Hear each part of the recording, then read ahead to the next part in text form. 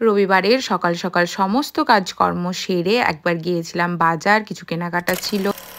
Hello everyone, welcome back to my channel Mast Mariyam to a new blog. তো সকাল সকাল দেখতেই পাচ্ছ বসে পড়েছি এক গাদা মাছ নিয়ে। ভাবছো এত মাছ কোথায় পেলাম? এখানে রয়েছে পুঁটি মাছ, মৌরলা মাছ, ল্যাটা মাছ, ডাঁড়কে মাছ, মানে সমস্ত রকমের মাছ মিক্সড রয়েছে। আসল কথা হচ্ছে এই কদিন এত বৃষ্টি হয়েছে, টানা বৃষ্টির কারণে পুকুরগুলো তো সব ভরাট হয়ে গেছে।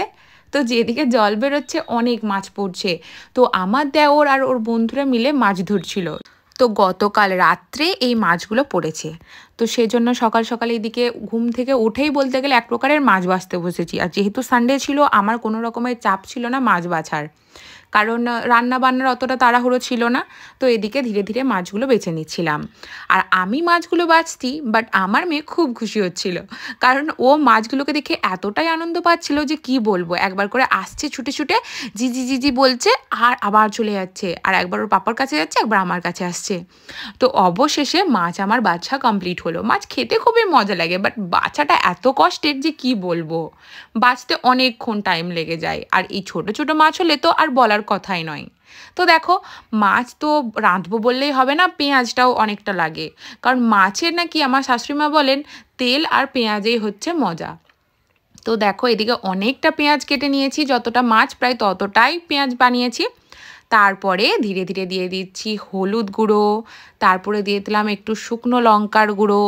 তারপরে এদিকে আমার শাশুড়িমা বললেন যে শুকনো লঙ্কার গুঁড়োর সাথে সাথে একটু শুকনো লঙ্কা থেতলে, গোটা মানে আর কি গোটা শুকনো লঙ্কা থেতলে একটু কাঁচা লঙ্কা কুচিয়ে একটু দিয়ে দেবে, দেখবে টেস্টটা আরও বেশি হবে।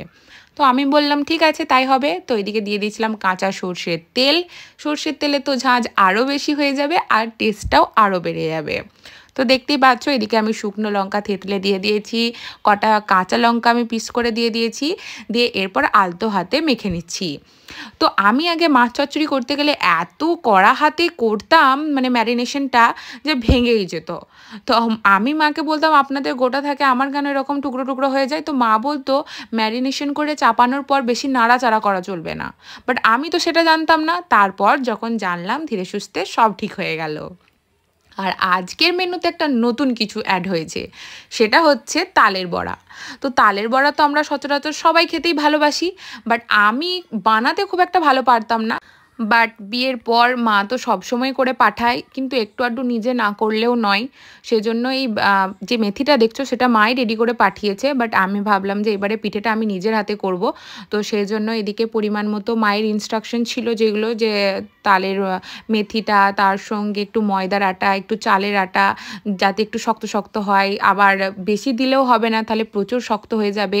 তো এগুলো যেগুলো মাথায় ছিল সেগুলোকেই কাজে লাগিয়ে দেখো একে একে সমস্ত রকমের ইনগ্রিডিয়েন্টসগুলো আমি নিয়ে নিচ্ছি, দিয়ে খুব সুন্দরভাবে মাখিয়ে একটা ব্যাটার তৈরি করতে হবে। যেরকমভাবে এমনি বেসনের বড়া হয় সেরকমই একটা একটা ব্যাটার করতে হবে কোয়ান্টিটি মতো।